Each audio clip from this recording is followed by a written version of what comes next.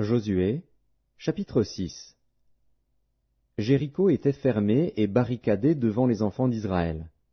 Personne ne sortait et personne n'entrait. L'Éternel dit à Josué, « Vois, je livre entre tes mains Jéricho et son roi, ses vaillants soldats. Faites le tour de la ville, vous tous les hommes de guerre, faites une fois le tour de la ville. Tu feras ainsi pendant 6 jours. 7 sacrificateurs porteront devant l'arche 7 trompettes retentissantes. Le 7e jour, vous ferez 7 fois le tour de la ville. Et les sacrificateurs sonneront des trompettes. Quand ils sonneront de la corne retentissante, quand vous entendrez le son de la trompette, tout le peuple poussera de grands cris. Alors la muraille de la ville s'écroulera, et le peuple montera, chacun devant soi.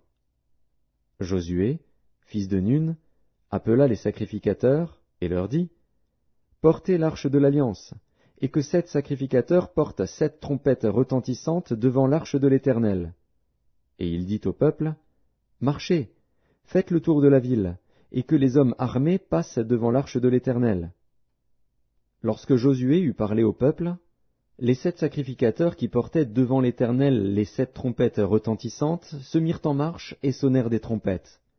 L'arche de l'Alliance de l'Éternel allait derrière eux. Les hommes armés marchaient devant les sacrificateurs qui sonnaient des trompettes, et l'arrière-garde suivait l'arche.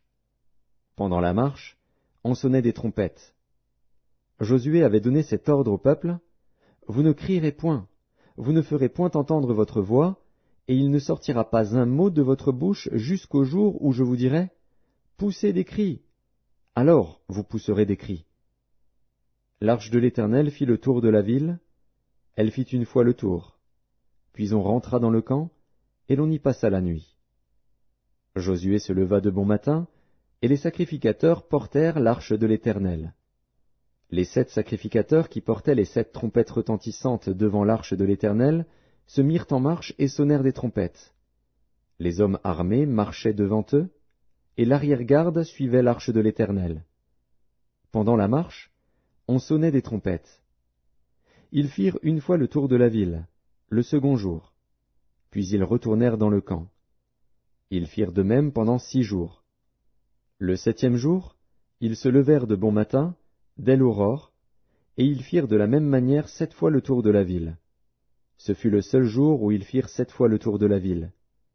À la 7e fois, comme les sacrificateurs sonnaient des trompettes, Josué dit au peuple, « Poussez des cris, car l'Éternel vous a livré la ville. La ville sera dévouée à l'Éternel par interdit, elle et tous ceux qui s'y trouvent. Mais on laissera la vie à Rahab, la prostituée, et à tous ceux qui seront avec elle dans la maison, parce qu'elle a caché les messagers que nous avions envoyés. Gardez-vous seulement de ce qui sera dévoué par interdit. Car si vous preniez de ce que vous aurez dévoué par interdit, vous mettriez le camp d'Israël en interdit et vous y jetteriez le trouble. Tout l'argent et tout l'or, tous les objets d'airain et de fer, seront consacrés à l'Éternel, et entreront dans le trésor de l'Éternel. » Le peuple poussa des cris, et les sacrificateurs sonnèrent des trompettes.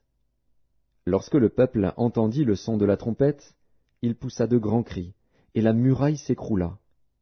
Le peuple monta dans la ville, chacun devant soi.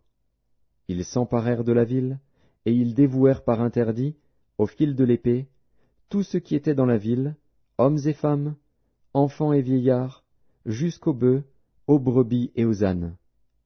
Josué dit aux 2 hommes qui avaient exploré le pays, « Entrez dans la maison de la femme prostituée, et faites-en sortir cette femme et tous ceux qui lui appartiennent, comme vous le lui avez juré. » Les jeunes gens, les espions, entrèrent et firent sortir Rahab, son père, sa mère, ses frères, et tous ceux qui lui appartenaient. Ils firent sortir tous les gens de sa famille, et ils les déposèrent hors du camp d'Israël. Ils brûlèrent la ville et tout ce qui s'y trouvait, seulement ils mirent dans le trésor de la maison de l'Éternel l'argent, l'or et tous les objets d'airain et de fer. Josué laissa la vie à Rahab la prostituée, à la maison de son père, et à tous ceux qui lui appartenaient. Elle a habité au milieu d'Israël jusqu'à ce jour, parce qu'elle avait caché les messagers que Josué avait envoyés pour explorer Jéricho. Ce fut alors que Josué jura, en disant, Maudit soit devant l'Éternel l'homme qui se lèvera pour rebâtir cette ville de Jéricho. Il en jettera les fondements au prix de son premier-né, et il en posera les portes au prix de son plus jeune fils. L'Éternel fut avec Josué, dont la renommée se répandit dans tout le pays.